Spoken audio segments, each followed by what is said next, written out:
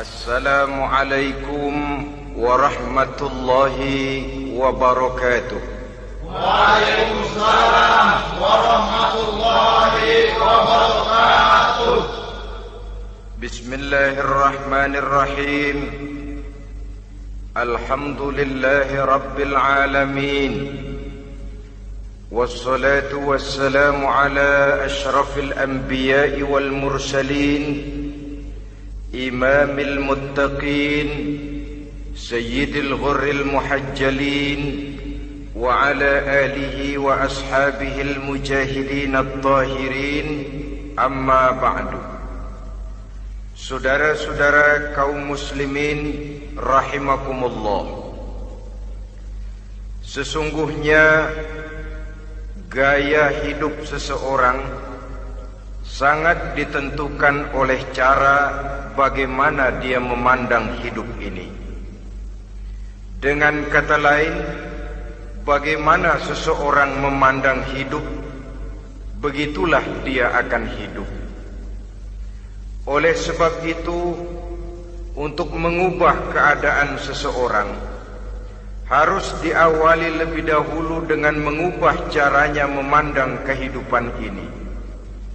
Itulah sebabnya dalam surah Ar-Ra'd ayat 11 Allah Subhanahu wa ta'ala menjelaskan, Innallaha la yughayyiru ma biqaumin hatta yughayyiru ma bi anfusihim.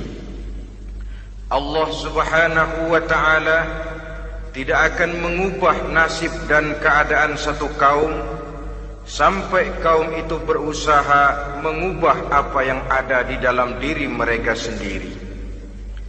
Yang ada di dalam diri itu tentu tidak lain adalah rule of thinking, bahasa kerennya state of mind, kata orang Kulon. Cara berpikir, cara memandang kehidupan yang akan sangat mewarnai cara orang menjalani kehidupan itu sendiri. Oleh karena itu, pada pertemuan kali ini kita akan membicarakan tentang dasar dan tujuan hidup dari seorang muslim di dalam kehidupan ini.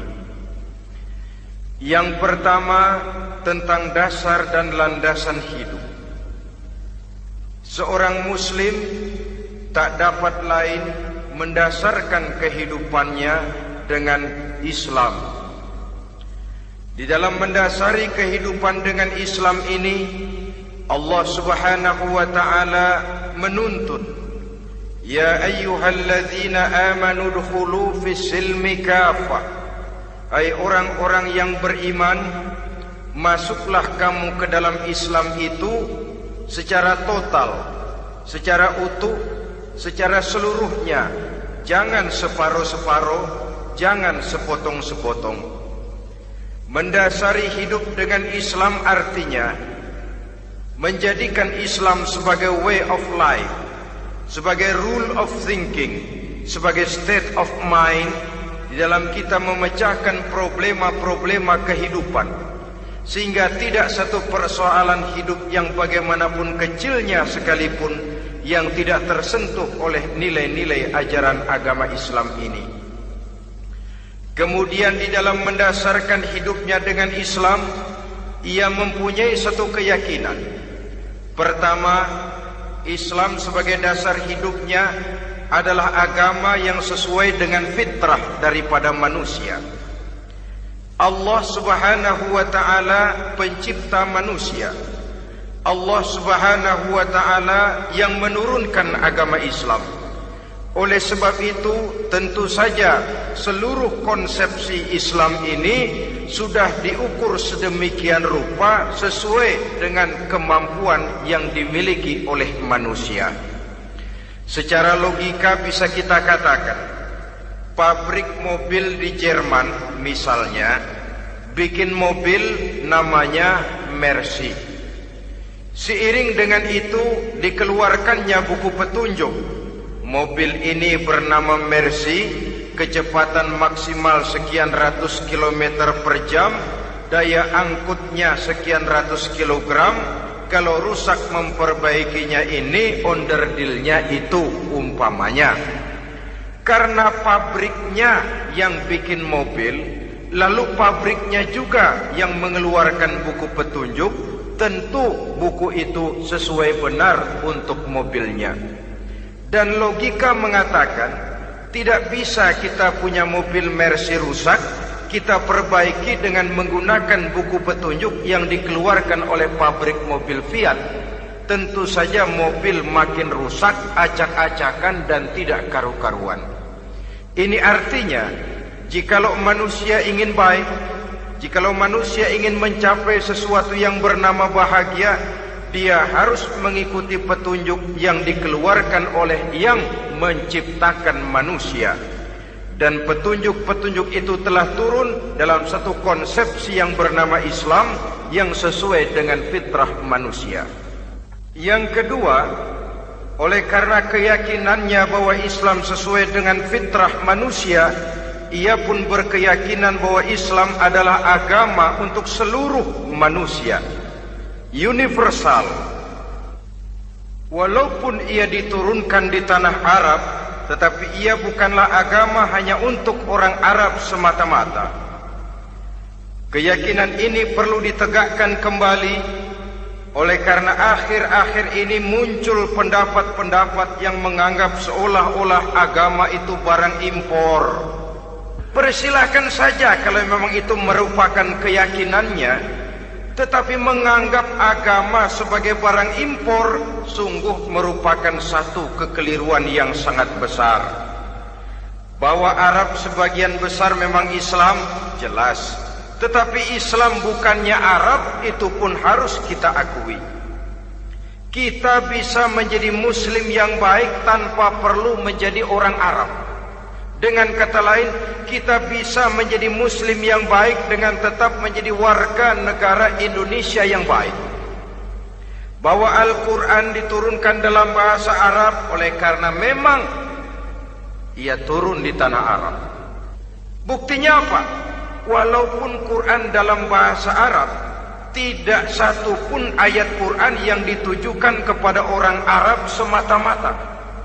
Tidak ada ayat ya ayyuhal arabiyun, hai orang-orang Arab. Tidak ada. Yang ada malah ya ayyuhan nas, wahai manusia. Manusia yang mana? Yang mana saja asal merasa manusia. Kalau tidak merasa manusia, tidak usah terpanggil dengan ayat tadi. Maka dalam mendasari hidup dengan Islam, kita berkeyakinan Islam adalah agama untuk seluruh manusia. Yang ketiga, di dalam mendasari hidup dengan Islam, kita berkeyakinan Islam adalah agama terakhir yang diturunkan kepada Rasul terakhir. Tidak ada Rasul dan Nabi sesudah Nabi Muhammad, dan tidak ada agama lagi sesudah agama Islam. Dasar-dasar keyakinan ini melembaga dalam pribadi kita, membentuk satu keyakinan yang mendasari kehidupan ini, sehingga tidak satu problema yang bagaimanapun kecilnya dalam kehidupan yang tidak tersentuh oleh nilai-nilai Islam. Sejak kita tidur sampai kita bangun tidur, bahkan tidur itu sendiri, dan seluruh kegiatan kehidupan yang kita laksanakan dalam 24 jam, tidak satu pun yang tidak tersentuh oleh nilai-nilai Islam. Inilah pandangan hidup Muslim. Jawaban seorang Muslim terhadap problema-problema kehidupan yang dihadapinya, yang di dalam menjawab problema itu ia Islam oriented, berorientasi kepada nilai-nilai Islam. Apa kata Islam tentang pekerjaan yang dihadapinya? Halal kata Islam, halallah dia katakan. Haram kata Islam, haram dia katakan. Islam oriented. Barometer dalam perbuatannya tidak lain daripada nilai-nilai Islam itu sendiri. Dan kemudian di dalam mendasari kehidupan dengan Islam, ia berkeyakinan Islam adalah satu-satunya agama yang benar. Bahasa kerennya, Islam is the single one, the true religion behind the God. Satu-satunya. Keyakinan ini kelihatannya subjektif, tapi memang inilah pokok daripada kehidupan beragama. Saudara-saudara kaum muslimin rahimakumullah, kalau itulah dasar daripada kehidupan kita sebagai muslim, apa yang menjadi landasannya? Kalau dasar hidup kita Islam, maka landasan hidup kita tidak lain adalah Al-Quran dan sunnah Rasulullah sallallahu alaihi wasallam. Dunia penuh dengan orang-orang besar, dan setiap orang-orang besar itu mempunyai ajaran-ajaran yang pernah jaya, pernah dikumandangkan, didengung-dengungkan, naik ke panggung sejarah untuk kemudian tenggelam. Satu ajaran hanya akan langgeng, satu ajaran hanya akan tahan lama apabila dia turun dari sumber yang serba maha. Kalau dia turun dari manusia, maka sifatnya hanya musim. Yang namanya musim, saudara-saudara, namanya musim tidak bisa dilarang, tapi kalau sudah selesai habis sendirian. Itu musim namanya. Musim rambutan. Kalau datang musim rambutan, apa bisa dilarang? Gak boleh musim rambutan. Ya tidak bisa, dia akan tumbuh terus. Tapi manakala musimnya habis, habis. Begitulah nasib dari ajaran yang nisbi, relatif dan temporer apabila dia bersumber dari manusia. Maka satu ajaran hanya akan langgeng, tahan lama apabila dia turun dari sumber yang serba maha. Dan itu sudah turun bernama Al-Quranul Karim. Sedangkan sunnah, saudara-saudara, merupakan penjelasan dari apa yang oleh Quran tidak dijelaskan dalam bentuk yang detail, melengkapi apa yang oleh Al-Quran hanya disebutkan dalam bentuk garis besarnya saja. Baik Quran maupun sunnah kita sebut merupakan dasar, landasan yang primer. Sedangkan untuk memahami Quran dan sunnah, kita memerlukan pendapat-pendapat orang yang ahli di bidang itu. Dalam hal ini kita sebut saja dengan ulama. Dan ini merupakan sumber yang sekunder dari landasan hidup kita sebagai seorang muslim. Dua rel ini, Quran dan sunnah, merupakan landasan di mana kereta api Islam ini berjalan. Quran dan sunnah. Saudara-saudara kaum muslimin rahimakumullah, oleh karenanya marilah kita menjadikan Quran dan sunnah ini sebagai imam di dalam kehidupan kita. Bukankah Rasulullah sallallahu alaihi wasallam pernah memberikan pilihan, man ja'alal Qur'ana amamahu qadahu ilal jannah wa man ja'alal Qur'ana khalfahu saqahu ilan nar. Siapa yang meletakkan Quran di depannya, dijadikannya Quran sebagai imam dan dia sebagai makmum, maka Al-Quran akan membimbing dia ke surga. Ya, surga di dunia ini, lebih-lebih lagi surga di akhirat nanti. Sebaliknya, wa man ja'alal Qur'ana khalfahu, siapa yang meletakkan Quran di belakangnya, dia belakangi ajaran dan konsepsi Al-Quran, dia tinggalkan perintah-perintah Al-Quran, maka Al-Quran yang dibelakanginya itu akan mendorong dia ke neraka. Neraka dunia, lebih-lebih neraka di akhirat nanti. Pilihan terserah kita. Jikalau kita mau menjadikan Quran sebagai imam, artinya kita menjadi makmum. Resikonya dimanapun, makmum wajib ikut imam. Imam takbir, makmum takbir, imam ruku, makmum ruku, imam i'tidal, makmum i'tidal. Jikalau Quran imam kita dan kita adalah makmum, maka itu berarti jikalau ke barat komando Quran, ke barat kita pergi. Jikalau ke timur kata Quran, ke timur kita menuju. Jikalau halal kata Quran halal kita katakan, jikalau haram kata Quran haram kita ucapkan. Itu resikonya kita menjadi makmum, menyusun pola hidup yang lebih Qurani. Tapi sebaliknya, ke barat komando Quran, ke timur kita pergi, ke utara kata Quran, ke selatan kita menuju. Halal kata Quran malah kita tidak mau melaksanakannya. Haram kata Quran kita senang bukan main. Artinya kita mau menjadi makmum, dan Quran kita jadikan sebagai makmum, kita sendiri malah mau menjadi imam. Kita paksa konsepsi Al-Quran itu supaya sesuai dengan naluri kemanusiaan kita, mengotak-atik hukum, menghalalkan yang haram, mengharamkan yang halal. Dikala itu landasan hidup kita sudah goyah, tidak lagi sebagai landasan tempat kita bertolak, tetapi malah menjadi satu landasan yang kita injak-injak. Sesungguhnya saudara-saudara, Quran tidak akan membawa berkah, tidak akan menjadi rahmatun wa shifaun lil mu'minin, menjadi penyembuh, menjadi rahmah bagi orang-orang beriman, apabila yang kita baca itu kita injak-injak di dalam kehidupan. Upaya menyusun hidup yang lebih Qurani ini seiring dengan usaha kita menjadi warga negara yang baik. Yang saya katakan di awal tadi, tidak saling dan tidak harus saling bertentangan. Jadi dengan demikian, dasar hidup kita sebagai muslim adalah Islam, dan landasan hidup kita tidak lain adalah Al-Quran dan sunnah Rasulullah Sallallahu Alaihi Wasallam. Ini landasan tempat kita bertolak.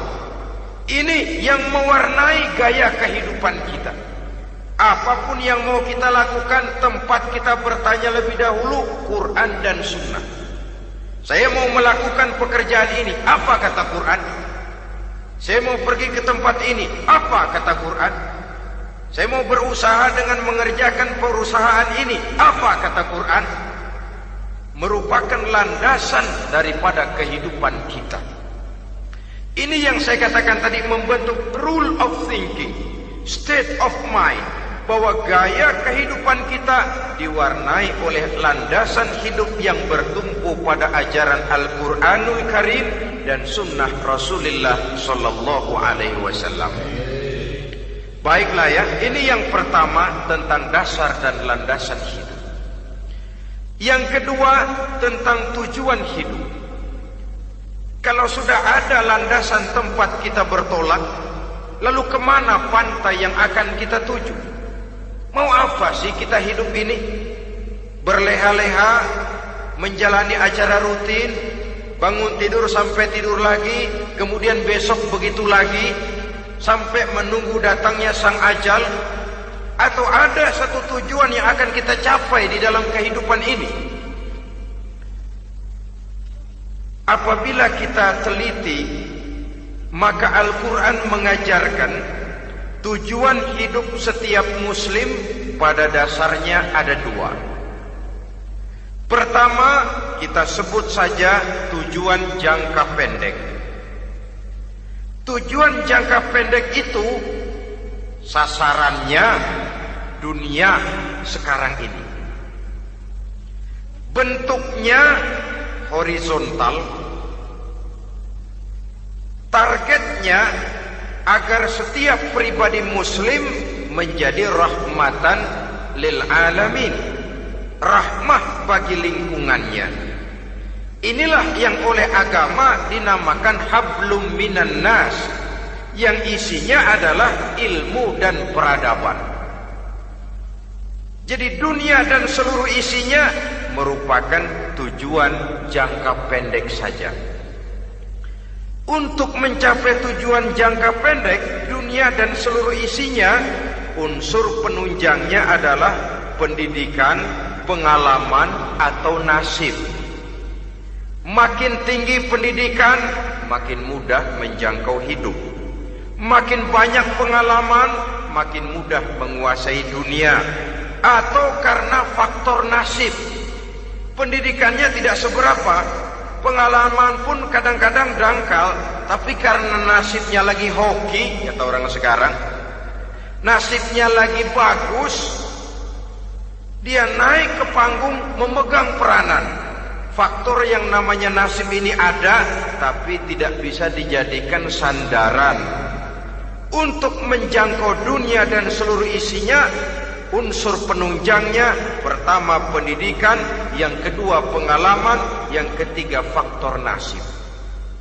Oleh karena itu, apabila kita ingin mudah mencapai dunia, yang pertama harus kita laksanakan bagaimana menempuh satu pendidikan.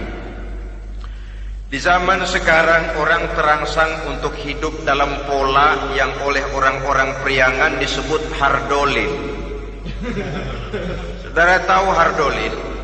Itu potongan dari dahar modal ulin. Filsafat hidup yang pakaian mau bagus, makan mau enak, kerja nggak mau. Akhirnya jadilah dia penghayal kelas berat, tukang-tukang lamun kelas tinggi. Tiap hari kegiatannya ya cuma tidak terlepas dari tiga kriteria itu, hardolin. Pokoknya kalau sudah dahar modal ulin, besok ya begitu lagi, pola dari dimana orang pakaian mau bagus, makan mau senang, duit mau punya, kerja tidak mau. Kadang-kadang mau kerja tapi tidak tahu apa yang harus dikerjakan, ditambah oleh sempitnya lapangan pekerjaan. Tidak tahu apa yang harus dikerjakan, dilatar belakangi oleh tidak adanya pendidikan yang dia terima, sehingga mau kerja apa lalu bingung. Oleh karena itu, terutama buat adik-adik remaja, para pemuda, saya berpesan untuk menjangkau dunia, yang pertama harus kita jalani bagaimana membina diri, mendidik. Taruh kata drop out, putus sekolah, tapi drop out bukan halangan bagi tumbuhnya cita-cita yang mulia. Bahkan ada orang bilang many a great man starts as a newspaper boy. Banyak orang-orang besar yang memulai pekerjaannya dagang koran. Putus sekolah bukan merupakan halangan bagi tumbuhnya cita-cita yang mulia. Dan tidak sedikit orang-orang besar yang tidak keluaran perguruan tinggi. Tidak sedikit orang-orang besar yang tidak merupakan produk dari perguruan tinggi tertentu, tapi kerajinannya belajar, banyak membaca, banyak bergaul, autodidak. Syukur kalau masih bisa menempuh pendidikan yang formal. Kekurangan ekonomi, kemiskinan keluarga jangan menjadi penghalang bagi tumbuhnya cita-cita yang tinggi untuk menempuh karier pendidikan yang baik. Ini memang pahit, tapi bagaimanapun kata orang, lebih baik makan singkong beneran daripada makan roti ngimpi. Artinya jikalau memang perlu, lebih baik sekolah sambil dagang koran, nyemir sepatu, parkir mobil, daripada hardolin itu tadi. Tanpa prospek hari depan yang ada artinya. Dan pendidikan memang merupakan sesuatu yang baik, tapi tanpa ini rasanya kita akan sulit untuk menjangkau dunia, tersisih di pojok-pojok kehidupan. Jangan lalu bilang, manusia kan rezekinya sudah dijamin oleh Allah, ayam saja ada rezekinya. Of course. Tapi jangan lupa, cara ayam cari rezeki dengan cara manusia cari rezeki lain. Kalau ayam cari rezeki dari tahun atu, modalnya cuma ceker sama patok. Kalau ayam mah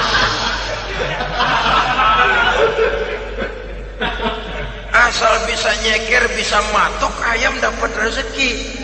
Pokoknya kertok dah. Tapi manusia cari rezeki, dia harus cari lapangan kerja. Lapangan kerja sulit. Sudah dapat lapangan kerja, harus punya keahlian. Untuk memperoleh keahlian harus dengan pendidikan. Berhadapan lagi dengan saingan-saingan, karena pasaran tenaga kerja tiap tahun puluhan kalau tidak ratusan ribu pasaran tenaga kerja yang masuk lapangan kerja. Ini kenyataan. Semakin ke depan, oleh tingginya tensi ekonomi, oleh persaingan hidup yang makin tajam, oleh makin menggejalanya pola pikir industrialis yang membuat manusia individu, nilai-nilai semacam ini akan terasa makin berat. Oleh karenanya, tanpa pendidikan sulit untuk menjangkau dunia. Yang kedua, pengalaman, tenaga expert. Sehingga orang mengatakan experience is the best teacher. Pengalaman adalah guru yang paling bijaksana. Dengan pengalaman kita makin dewasa. Dan orang sering mengatakan kegagalan hakikatnya adalah keberhasilan yang tertunda. Jangan takut gagal, kalau itu akan mengantarkan kita kepada pola hidup yang lebih dewasa, lebih tegar, lebih sanggup menghadapi kesulitan-kesulitan. Dan faktor yang ketiga, nasib. Kadang-kadang orang pendidikannya tidak ada, kadang-kadang pengalamannya tidak seberapa, tapi karena nasib, engkongnya misalnya jadi komandan Hansip, dia naik jadi anggota Hansip. Itu karena faktor nasib saja. Yang ketiga ini ada, tapi tidak bisa dijadikan sandaran dalam arti bahwa kita lalu mengandalkan nasib. Lo nanti udah gede mau jadi apa? Gua sih gimana nasib aja dah. Jadi orang syukur, jadi gembel nasib. Tidak bisa kita menghadapi hidup dalam satu alur spekulasi. Tidak bisa kita menjalani skenario kehidupan ini dengan bersikap untung-untungan. Karena kehidupan walaupun tidak bisa dipastikan, paling kurang bisa dirancang, bisa direncanakan, bisa ditargetkan, bisa dianalisa kemungkinan-kemungkinannya. Walaupun tidak bisa dipastikan, tapi bisa diperhitungkan. Sebagai manusia yang terikat oleh causality, oleh hukum sebab akibat, sewajarnya kita memperhitungkan kemungkinan-kemungkinan itu. Kira-kira 5, 10, 15 tahun yang akan datang, sejauh mana kesulitan-kesulitan dalam kehidupan ini, sejauh mana persaingan dalam hidup, sejauh mana tenaga kerja dibutuhkan, sejauh mana keahlian dan skill menunjang ke arah itu. Kalau tidak, kita akan tersisih di sudut-sudut kehidupan untuk lebih banyak jadi penonton daripada menjadi pemain. Padahal kita ingin jadi pemain, kita ingin aktif, kita ingin punya peranan karena kita oleh agama dituntut menjadi rahmatan lil alamin, menjadi rahmah bagi lingkungan di mana kita tinggal, mewarnai lingkungan, bukan cuma diwarnai oleh lingkungan itu sendiri. Itu tadi tujuan jangka pendek sebagai tujuan yang pertama. Yang kedua, tujuan jangka panjang. Tujuan jangka panjang ini sasarannya adalah akhirat. Bentuknya vertikal, targetnya adalah mardotillah atau ridho daripada Allah. Dan ini yang oleh agama dinamakan dengan hablum minallah, tali vertikal yang menghubungkan manusia langsung dengan Tuhannya. Untuk mencapai tujuan jangka panjang akhirat ini, unsur penunjangnya adalah prestasi ibadah.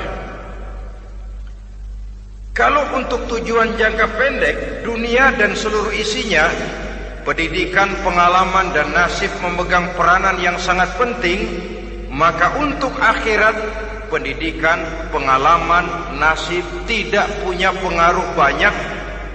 Unsur penunjangnya adalah prestasi ibadah. Bagaimanapun tinggi pendidikan, bagaimanapun banyak pengalaman, tanpa prestasi ibadah, nol besar kita dalam pandangan Allah Subhanahu wa ta'ala. Saudara-saudara kaum muslimin rahimakumullah, itu sebabnya seorang muslim sholat, puasa, haji, zakat, yang kalaupun ada target dunia itu cuma side effect saja, sekedar satu efek sampingan. Target utamanya tetap tujuan jangka panjang, akhirat dan ridho Allah. Kenapa kita sholat? Untuk mencari ridho Allah. Kenapa kita laksanakan ibadah haji? Untuk mencari ridho Allah. Kita bangun di keheningan malam untuk mencari ridho Allah. Kalau ada akibat dunia, itu cuma akibat sekunder saja. Ada misalnya orang karena tekun ibadah rezekinya lancar, itu baru persekot, baru tanda jadi. Kadang-kadang persekotnya saja sudah nikmat kok, apalagi cashnya, kontannya. Sebaliknya kalau ada orang rajin ibadah rezekinya seret, jangan jadi alasan. Kok lu nggak sembahyang? Alah, tetangga gua rajin sembahyang melarat terus.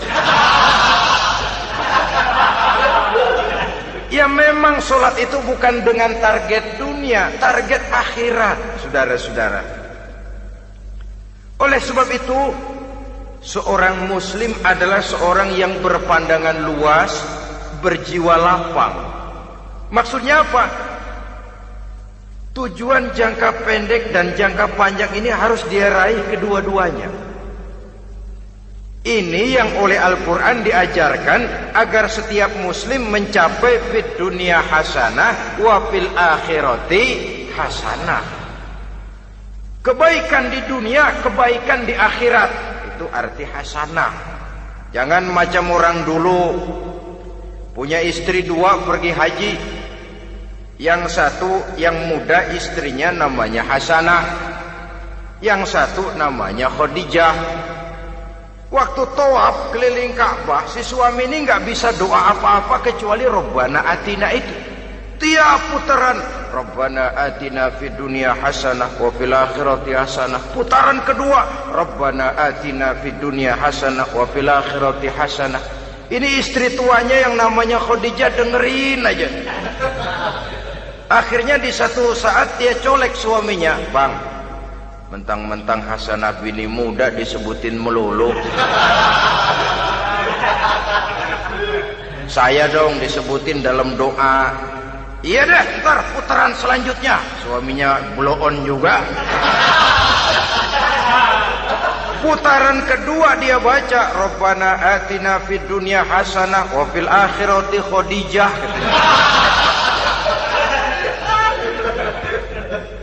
Saudara-saudara, itu makna refleksi daripada doa tadi itu, doa sapu jagat.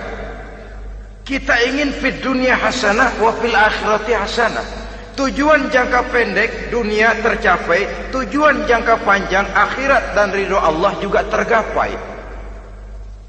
Oleh sebab itu Al-Quran menjelaskan, wabtaghi fima atakallahu ad-daral akhirah wala tansa nasibaka minad dunya. Dengan karunia yang diberikan Allah kepadamu, carilah bahagia akhirat. Wala tansa nasibaka minad dunya, tetapi jangan lupakan bagianmu dalam kehidupan di dunia ini. Cari akhirat, utamakan akhirat dengan tidak usah melupakan jatahmu di dunia. Kenapa saya katakan seorang muslim berjiwa besar? Sebab andai kata dia gagal mencapai tujuan jangka pendek, andai kata dia gagal di dunia, dan dia oleh Islam diajarkan jangan sampai gagal, tapi andai kata dia gagal, dia masih punya tujuan jangka panjang, akhirat dan ridho Allah. Dia masih bisa menghibur diri, biarlah di dunia kita sederhana, bahkan biarlah susah di dunia, asal di akhirat kita bahagia.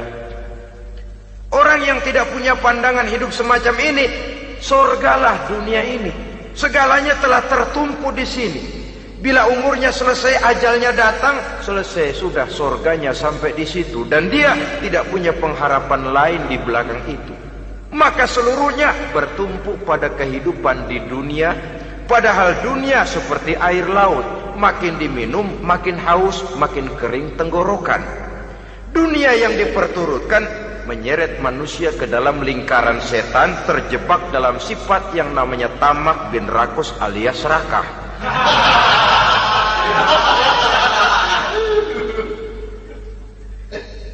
Andai kata dia gagal untuk tujuan jangka pendek, dia masih punya tujuan jangka panjang, akhirat. dia masih sanggup berkata, biar di dunia kita sederhana, bahkan biar kebelangsak sengsara susah di dunia, asal di akhirat kita bisa bahagia. Kan masih ada harapan. Yang paling bangpak, paling rusak betul, sudah di dunia sengsara, di akhirat celaka. Di dunia rumahnya gubuk, pinggir kali miring, asal hujan bocor, utang selebar warung. Bayang kagak, ngaji enggak, puasa enggak, saban malam merit mulu. Saudara hadirin yang saya hormati, lalu kapan mau bahagia kalau sudah di sini susah, di sana akan susah juga. Ini yang pertama, seorang muslim, seorang yang optimis, berjiwa besar, luas pandangan. Kegagalan dia dalam jangka pendek tidak menyebabkan dia melupakan tujuan jangka panjang. Yang kedua, positifnya apa? Cara dia mencapai tujuan jangka pendek diwarnai oleh keyakinan adanya tujuan jangka panjang. Dia memang benar cari harta, tapi karena dia yakin ada akhirat, Allah ridho apa tidak? Ini positifnya. Saya memang cari duit, tapi dengan cara ini Allah ridho apa tidak? Saya memang ingin berpakaian yang rapi, tapi dengan tidak menutup aurat begini, Allah ridho atau tidak? Saya memang bergaul menghormati teman, tapi terjebak dalam minuman keras karena menghormati teman, Allah ridho apa tidak? Ini orang yang punya tujuan jangka panjang. Segalanya diberikan bingkai dengan pertanyaan, Allah ridho atau tidak? Keyakinannya terhadap tujuan jangka panjang mewarnai gaya hidupnya di dunia ini, mencapai tujuan jangka pendek tadi. Mau minum, Allah ridho apa enggak ini? Mau makan, yang saya makan Allah ridho apa enggak ini? Pendeknya apapun yang mau dia kerjakan, karena dia punya keyakinan tujuan jangka panjang, dia selalu menimbang terhadap ridho Allah tadi. Jadi tanpa prestasi ibadah, kita nol besar dalam pandangan Allah. Ini nilai manusia yang hakiki di sini. Ini makna inna akramakum indallahi atqakum. Di akhirat nanti kan tidak pernah akan disidang, kamu pendidikan setinggi apa? Tidak. Gelarmu berapa renteng? Profesor, doktor? Tidak. Akhirat hanya menyidang kau sholat atau tidak, kau puasa atau tidak, kau zakat atau tidak. Diberikan kamu harta yang banyak, dari mana kau dapat, kemana kau belanjakan. Prestasi ibadah itu yang ditanya. Setinggi apa pendidikan, sebanyak apa pengalaman, no problem, tidak jadi masalah di akhirat itu. Prestasi ibadah itu yang akan kita persembahkan di hadapan Allah. Itu makna inna akramakum indallahi atqakum. Kerbau dinilai dari dagingnya, makin gemuk makin mahal harganya. Tapi ada perkutut lebih mahal dari kerbau. Perkutut itu mahalan mentahnya loh daripada matangnya. Karena harga perkutut pada suaranya. Lalu di mana harga manusia yang paling gemuk? Tidak. Suaranya, oh kalau manusia dinilai dari suaranya, barangkali Madonna nomor awal masuk surga. Hanyalah dengan prestasi ibadah kita bisa mencapai tujuan jangka panjang akhirat dan ridho Allah. Nah, baiklah ya. Kalau sudah jelas bahwa kita punya dua tujuan jangka hidup, jangka pendek dan jangka panjang, bagaimana Islam mengajarkan kita meraih dua ini? Pada prinsipnya Islam mengajarkan sistem keseimbangan. Dalam berbagai aspek kehidupan, keseimbangan ini nampak dengan nyata diajarkan oleh agama kita. Seperti ayat yang saya bacakan tadi. Dengan karunia yang diberikan Allah kepadamu, cari negeri akhirat, tapi jangan lupakan bagianmu di dunia ini.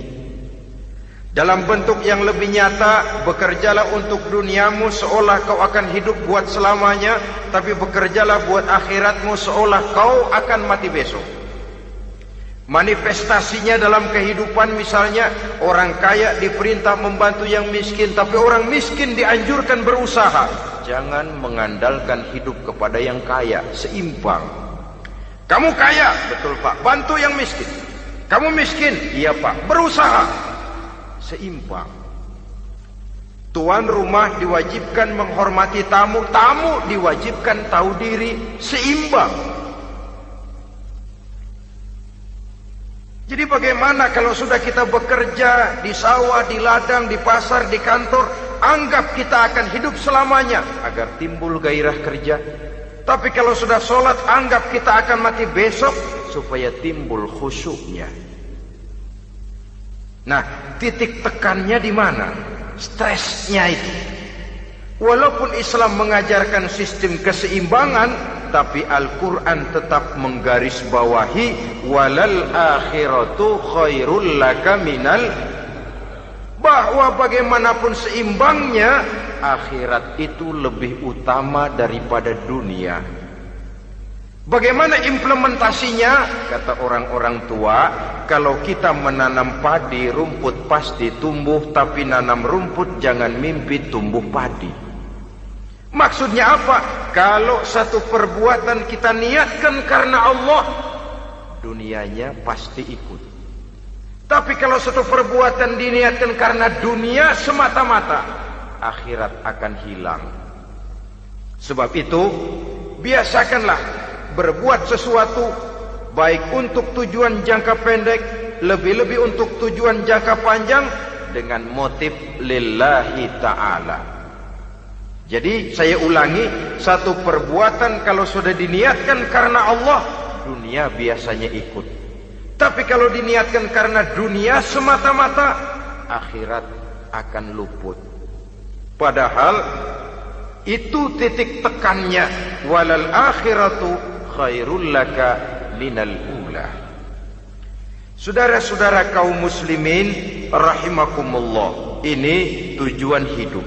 Jadi landasan tempat kita bertolak sudah jelas, pantai yang akan kita tuju dalam kehidupan ini juga sudah nyata. Kita ingin mencapai apa yang dinamakan fid dunya hasanah wa fil akhirati hasanah.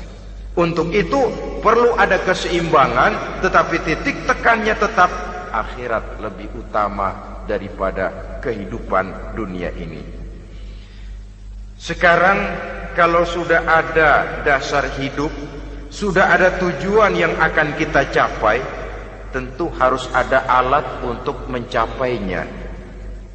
Semuanya perlu sarana. Bahkan pada hakikatnya dalam kaidah usul fikih, para ulama mengajarkan lil wasail hukmul maqasid. Sarana dan tujuan hukumnya sama. Ini mestinya mendidik umat Islam jadi pinter. Jangan cuma berpikir melaksanakan satu pekerjaan, tapi juga berpikir menciptakan sarana untuk terwujudnya pekerjaan itu. Misalnya umat Islam wajib pergi haji kalau mampu, kan begitu toh? Kalau dia umat Islam Indonesia, tentu pergi hajinya ke Mekah. Mekah, Jeddah, Mekah, Indonesia, perlu sarana angkutan untuk sampai ke sana. Kapal laut, kapal udara. Artinya umat Islam harus maju di bidang teknologi, bisa menciptakan pesawat, bisa menciptakan kapal laut, sarana yang akan menyampaikan dia untuk bisa melaksanakan ibadah haji. Selama ini kita bertumpu kepada pemikiran, pokoknya kan yang penting gue pergi haji, pakai apa kayak gue punya duit. Dari segi pribadi memang barangkali begitu. Tapi sebagai umat yang harus mencapai kemajuan, apabila diperintahkan melaksanakan sesuatu, kita pun hakikatnya dituntut menciptakan sarana untuk menunjang pelaksanaan sesuatu itu sendiri. Agama mengajarkan an-nazafatu minal iman, kebersihan sebagian daripada iman. Siapa yang menciptakan mesin cuci, sabun-sabun keras, deterjen, rinso dan lain sebagainya? Siapa yang menciptakan air condition, pembersih ruangan? Kita hanya berpikir pokoknya kan bersih, mau pakai apa kek. Kita jarang yang berpikir kepada pewujudan teknologi modern untuk menerjemahkan hadis itu. Syukurlah belakangan ini sudah muncul teknokrat-teknokrat muslim yang dijiwai oleh semangat Al-Quran membuka tabir rahasia konsepsi Islam di lapangan teknologi modern, yang makin lama makin menunjukkan tuntutan kebutuhan daripada umat itu sendiri. Dengan demikian, apabila ada tujuan hidup, kita memerlukan alat untuk mencapai tujuan tadi. Supaya tujuan fid dunia hasanah wa fil akhirati hasanah tercapai, apa alat yang harus kita pakai? Kita lihat surah At-Taubah ayat 111 memberikan jawaban. Innallaha ashtara minal mu'minina anfusahum wa amwalahum bi anna lahumul jannah. Sesungguhnya Allah telah membeli dari orang-orang beriman diri mereka, harta mereka, bahwa sesungguhnya bagi mereka adalah surga. Coba kita simak ayat ini sejenak, akan nampak dengan jelas bahwa ayat ini hakikatnya merupakan satu transaksi yang nyata benar antara kita dengan Allah. Transaksi jual beli sudah terjadi, dan itu langsung dengan Allah, tertuang dalam pernyataan Quran. Pembeli Allah, penjual kita orang-orang beriman, dagangannya adalah anfus dan amwal, harganya adalah surga. Itu sudah tanda tangan pernyataan kita siap jual beli ya Allah. Apalagi baiat kita apa? Inna solati wa nusuki wa mahyaya wa mamati lillahi rabbil alamin. Solatku, ibadahku, hidup dan matiku cuma untuk Allah Tuhan seru sekalian alam. Minimalnya 5 kali sehari semalam baiat ini kita ulang dan kita ulang. Kenapa lalu kita tidak konsekuen? Dalam konteksnya dengan persoalan, maka alat hidup kita itu ada 2. Pertama, anfus. Ini bentuk mufrad dari jamaknya, bentuk jamak dari mufrad nafsun. Biasa diterjemahkan dengan diri. Yang dimaksud dengan diri adalah kepribadian. Yang dimaksud dengan kepribadian ialah kekayaan yang kita miliki dalam kepribadian kita. Artinya bisa tenaga, pikiran, konsep, gagasan, wewenang, ide, pangkat, jabatan, kemampuan, keahlian, skill, itu semuanya masuk ke dalam anfus, diri. Sedangkan amwal bentuk jamak dari mufrad malun, biasa diterjemahkan dengan harta. Pengertian di sini ialah seluruh bentuk-bentuk materi yang berada di bawah kekuasaan kita.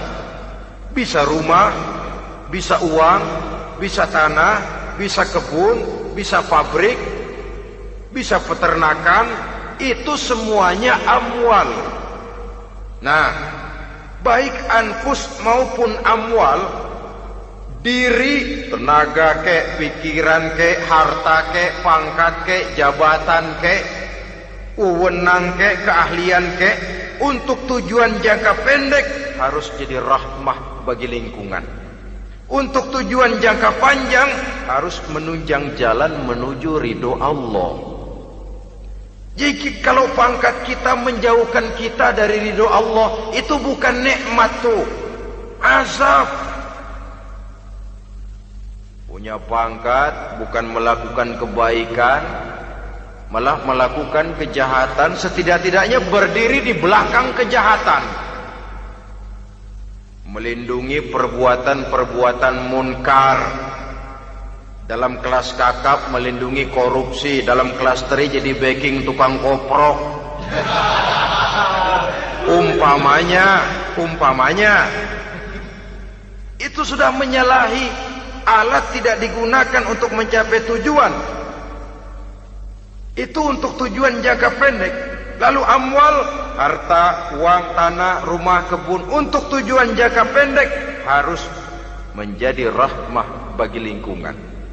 Sedang untuk tujuan jangka panjang, baik diri maupun harta harus menunjang jalan menuju ridho Allah, harus meningkatkan prestasi ibadah kita kepada Allah Subhanahu wa ta'ala. Malah yang namanya amwal ini tanggung jawabnya lebih berat loh saudara. Kalau saudara diberikan ilmu, sidang akhirat cuma satu. Ilmumu kau amalkan untuk apa? Saudara diberikan umur panjang, pengadilan akhirat cuma bertanya satu, umurmu kau habiskan di mana? Tapi saudara diberikan harta, pertanyaan akhirat dua, hartamu kau dapat dari mana? Kau belanjakan kemana? Dari mananya dan kemananya ditanya, depan belakang. Kadang-kadang kan ada orang hartanya didapat dari jalan yang halal, dibelanjakan di jalan haram. Kerja peras keringat banting tulang setengah mati, begitu dapat duit beli buntutan,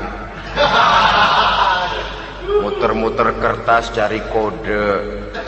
Didapat dari jalan halal, dibelanjakan di jalan haram.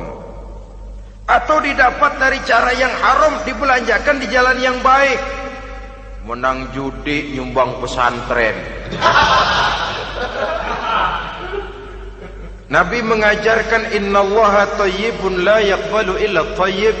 Allah itu baik dan hanya menerima yang baik-baik saja. Tidak bisa mencuci kain dengan air najis. Kain akan tetap kotor. Saudara-saudara kaum muslimin rahimakumullah. Oleh karenanya masalahnya terpulang kepada kita, pandai-pandailah membagi orientasi. Suatu saat tenggelam kita dalam kesibukan dunia dan seluruh isinya untuk mencapai tujuan jangka pendek. Lain saat tenggelam kita memfanakan diri untuk mencapai tujuan jangka panjang, akhirat dan ridho Allah.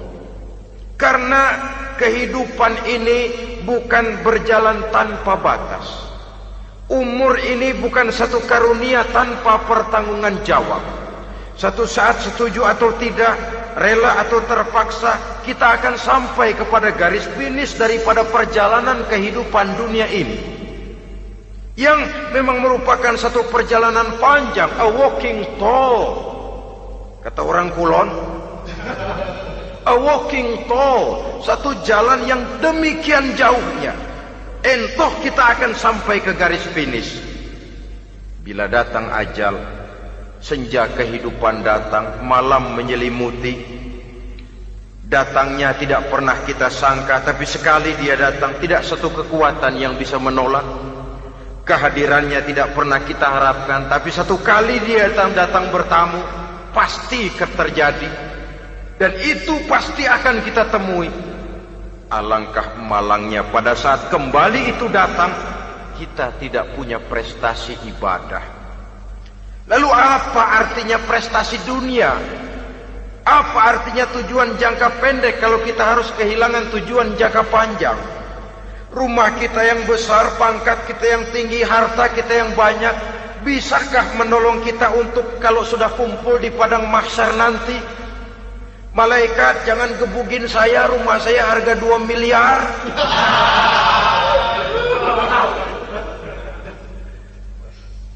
Sudahlah malaikat, damai saja, itu Rolls Royce saya.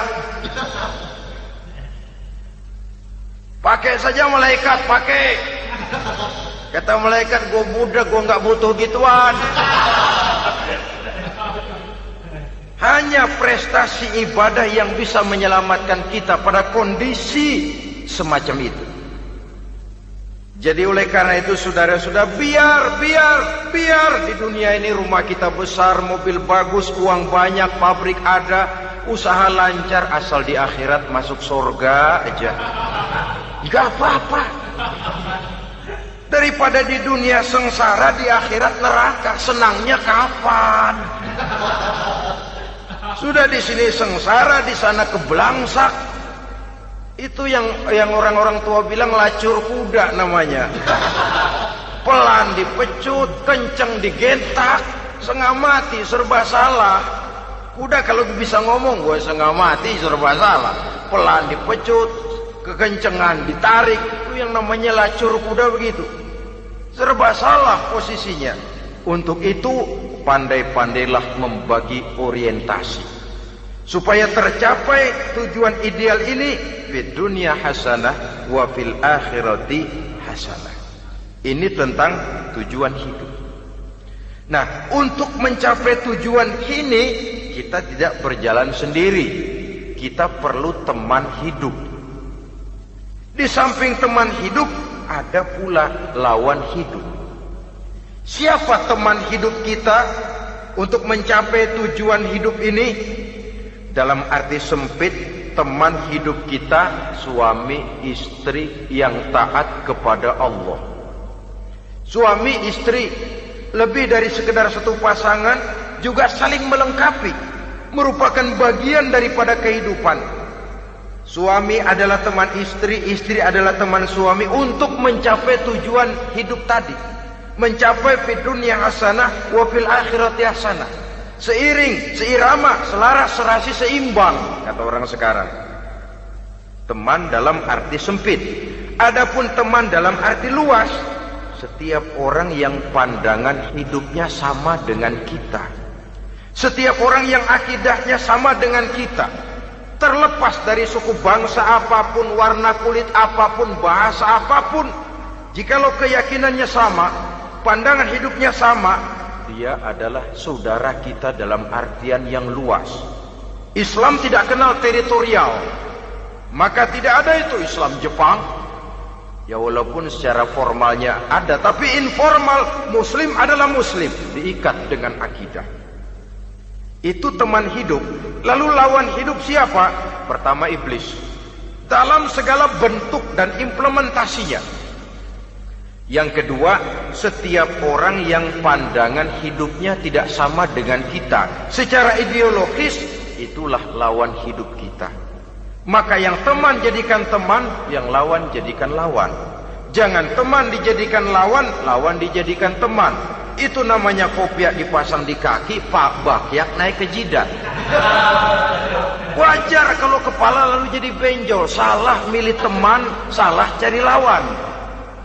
Salah milih teman, salah cari lawan. Akibatnya kita yang akan susah di kemudian hari nanti. Saudara-saudara kaum muslimin rahimakumullah, oleh karenanya pandai-pandailah dalam hidup ini. Yang teman jadikan teman, yang lawan jadikan lawan. Kalau lawan kita jadikan teman, sementara teman kita jadikan lawan, dan itu apa yang banyak terjadi dalam praktek kehidupan, kita tidak akan bisa mencapai tujuan karena akan tertarung di kaki sendiri. Nah, ini sajalah yang kita bicarakan pada pertemuan kali ini. Mudah-mudahan ada manfaatnya. Terima kasih atas segala perhatian. Mohon maaf atas segala kekurangan. Usikum wa nafsi bitaqwallah. Wassalamualaikum warahmatullahi wabarakatuh. Waalaikumsalam warahmatullahi